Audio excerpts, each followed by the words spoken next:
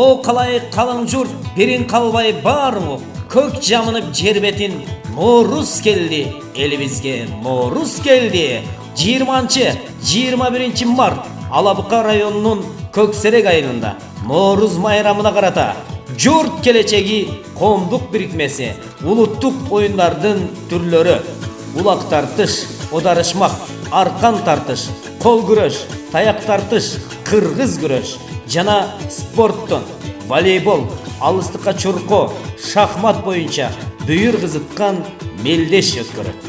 Ал эми 21 март майрамдык кечени Маданият үйүндө айыл таланттары конкурсу улантат.